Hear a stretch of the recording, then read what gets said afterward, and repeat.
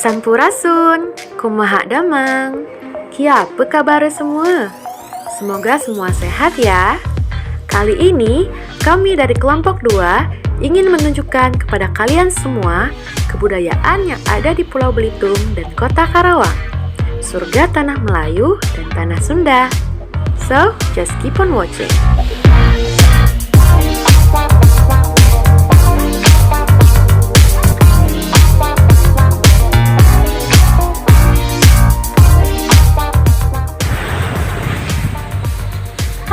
Namaku Eka Arifianti Saputri dari kelas 5A Pendidikan Bahasa Inggris Universitas Singapura Bangsa Karawang.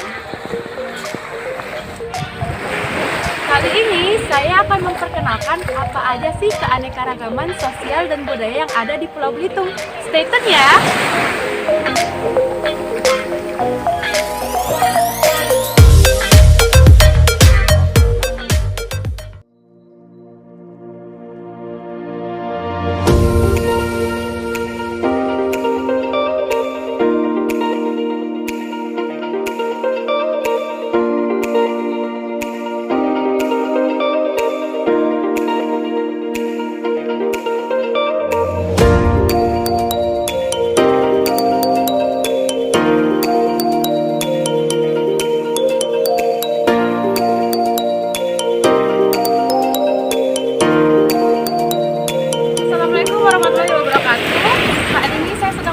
Kampung Pesairan, Desa Ikeli, Kecamatan Damar. Tepatnya saya sedang berada di Pantai Karangkapas. Sekarang di pantai ini sedang diadakan acara adat yaitu Menjong atau Selamatan Laut. Untuk tahu selengkapnya, ikutin terus video ini ya.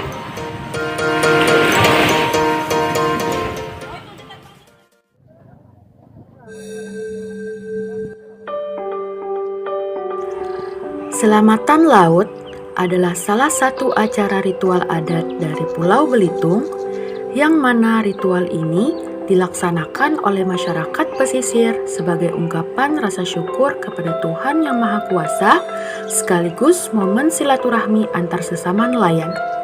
Selain itu, ritual ini juga bertujuan untuk meminta kepada Tuhan agar senantiasa melindungi para nelayan yang akan pergi melaut dan meminta diberikan rezeki yang berlimpah.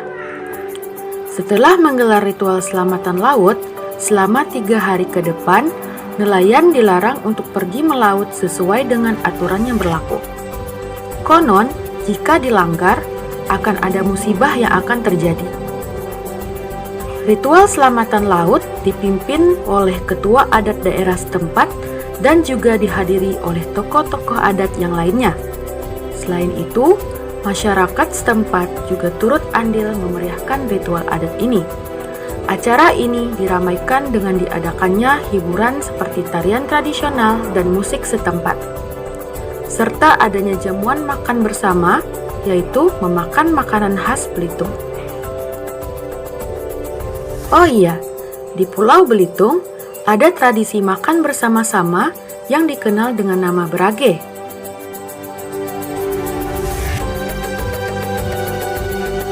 Atau buah bintang. Akarnya ya, itu akar napas. Akar ke bawah, nanti dia tinggal lagi seperti jangkar. Menelan korban puluhan ribu jiwa, itu 6,9. Wah, gimana kalau gempanya di tempat lain? Gelombangnya di sini. Ayo, saya tanya, siapa yang bisa membentengi selain ini? Assalamualaikum warahmatullahi wabarakatuh. Nama saya Suhardi ya, Kepala Desa Ikeli yang ingin untuk menjabat periode yang kedua. Jadi dari tahun 2019 sampai 2026 ya, insyaallah ya. Ini namanya kalau kami di sini namanya acara selamatan laut khususnya untuk kelompok nelayan ya, yang melaksanakan ini. Jadi penelitiannya dari kelompok nelayan, tapi kalau acaranya seluruh masyarakat Desa Ikeli yang sifatnya nelayan maupun tidak nelayan ya. Nah, jadi untuk beberapa tahun kemarin kami mengadakannya di pinggir sungai Belitung, mungkin lewat tadi ya nak. Aku tahun ini 2020 ini kami awalnya di sini pula, mungkin untuk selanjutnya insyaallah nanti akan kami buat di sini lah untuk acara ini karena di sini pantainya hadapnya lebih sempit juga. Kalau itu memang agak sempit, cuman akses jalannya situ agak bagus. Tadi kalau sini kita agak inilah lagi belum berapa bagus begitu, tapi insya Allah ke depannya akan kita benahi, nanti akan kita buatkan untuk infrastrukturnya, kita ajukan kepada pemerintah, baik untuk daerah provinsi dan juga untuk di pusat ya. Karena ini juga akan kita padukan nantinya jadi tempat wisata khususnya untuk masyarakat desa Igeli aja lah. Iya. Masyarakat lokal aja dulu. Ini lama Bu, dari turun temurun sejak aku mimpin ini juga kemarin 6 tahun kita melaksanakan juga. Ini tambah pula aku yang pertamanya di tahun ini dia terus melaksanakan ini. Nah, jadi kita tidak tahu mulainya mungkin sejak adalah masyarakat ada nelayan di sini, karena di sini dulu kampung nelayan Bu. Namanya orang Kuring dulu dia. Yang pertama saya kita silaturahmi ya, menyatukan antara masyarakat desa dan juga masyarakat nelayan ya. Dalam ada acara ini nanti kita paling tidak kita berkumpul lah Bu dengan nelayan juga anak untuk silaturahmi ya. Ada juga manfaatnya mungkin karena ini adalah dilaksanakan setiap tahun anak. Apa namanya untuk memotivasi ya pada nelayan ini karena dengan ada ini kita juga bisa memberi support dan juga apa namanya untuk hasil tangkapannya nanti ya. Pertamanya untuk apa namanya silaturahmi, yang keduanya mengingatkan pada nelayan ya, di samping meningkatkan hasil tangkapannya dan juga untuk mengantisipasi keadaan laut ini. Kapas ini sekarang ini disebut Pantai Pesona Karangkapas. Ini dikarenakan oleh ada komunitas apa itu dari unsur pemuda lah untuk membangun ini, disebutlah Pantai Pesona Karangkapas. Nah, jadi yang namanya Karangkapas ini udah lama. Nah, ini namanya Teluk Pesairan. Istilahnya bukan istilah ya, bahasa orang Belitung bilang Pesairan itu adalah dulu ini adalah sebuah pemukiman. Arti tempat perkampungan. Jadi kampung ini adalah Kampung Pesairan. Pesairan itu dalam bahasa Indonesia itu pesisir. Jadi berada di daerah pesisir kampung ini kan. Nah, jadi daerah pesisir ini kalau di sini dari Lalang Lagut namanya kan. Laut Asam terus dulang sampai ke Teluk Pesairan. Nah, itulah yang dinamakan Kampung Pesairan. Nah, jadi yang dimaksud dengan Karangkapas ini tadi kalau air kering ya. Nah, ini ada timbul karang-karang. Kalau air dalam macam ini, jadi orang-orang di sini selalu mancing ikan karang yang putih-putih itu. Ikan mengkapas namanya kalau sini bilang. Putih-putih ikannya, kayak ikan apa namanya itu? Ikan mengkapas. Nah, ini disebut karang mengkapas. Nah, itu. Kabupaten Karawang adalah sebuah kabupaten di Tatar Pasundan, Provinsi Jawa Barat, Indonesia. Rengas Dengklok adalah kecamatan yang terletak di Kabupaten Karawang, Provinsi Jawa Barat.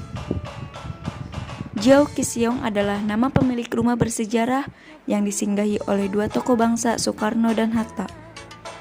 Hampir setiap hari banyak orang yang berkunjung ke Karawang untuk pergi melihat rumah bersejarah tersebut.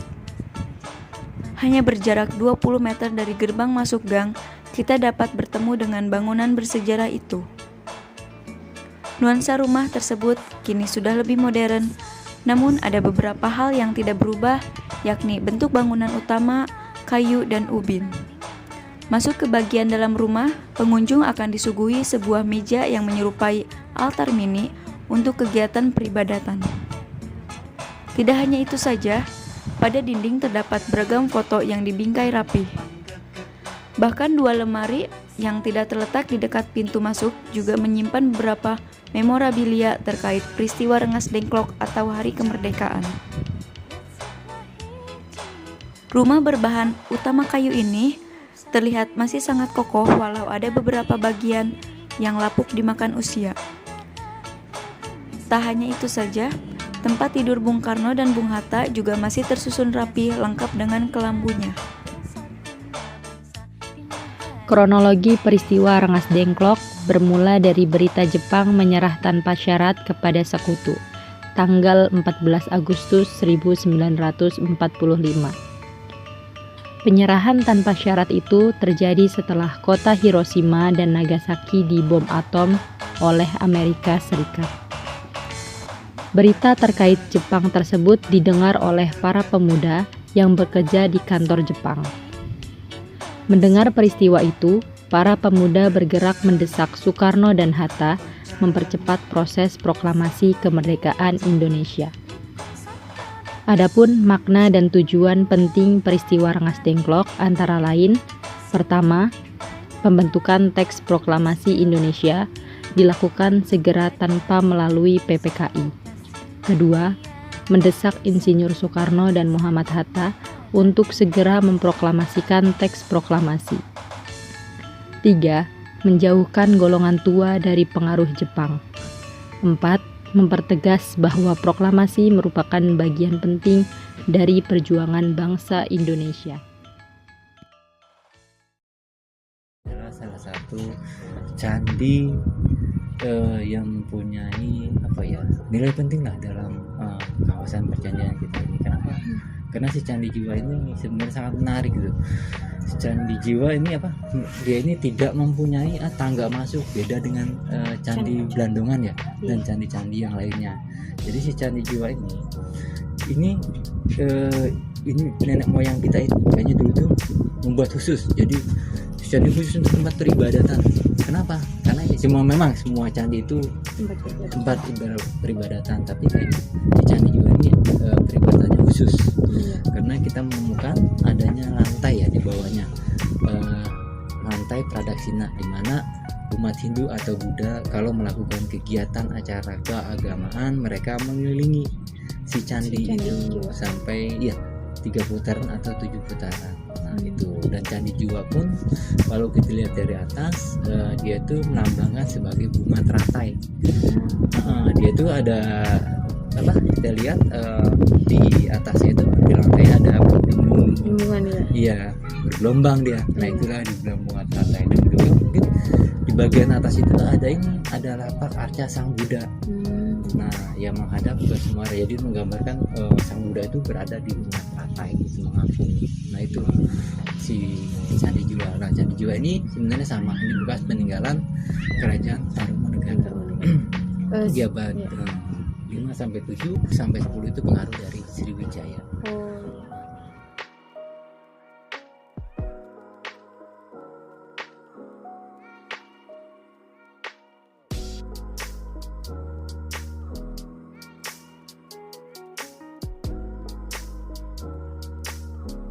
Kalau untuk Candi Blandongan,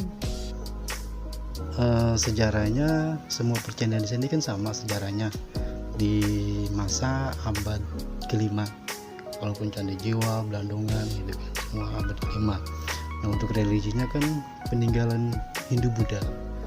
Untuk deskripsinya ya, Candi Blandongan itu ukurannya 25 x 25, ketinggiannya 62 lapis bata. Nah kalau candi ini ada lantai atasnya, lantai selasar atas, dan setiap sisinya mempunyai anak tangga. Candi ini ada 2 metode. Yang pertama itu di zaman dahulunya ada renovasi. Kalau kita lihat dari pilar-pilarnya ada sisi-sisi yang tidak dipasang batu batanya. Nah itu untuk menunjukkan bahwa dulunya candi ini ada renovasi juga. Pemugaran candi ini di tahun 1999 pemugarannya. Selesai sampai 2010 untuk candinya. 2010. Nah untuk penataan taman semua ini dari tahun 2015an penataan taman, sehingga jadi seperti ini kan bagus tuh. Sisi barat daya sama timur laut itu ada batu ada batu di bawahnya. Itu banyak versi, ada yang mengatakan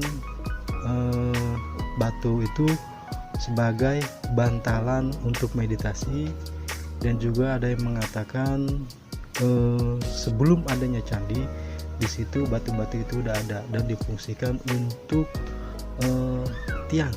umpak tiang gitu.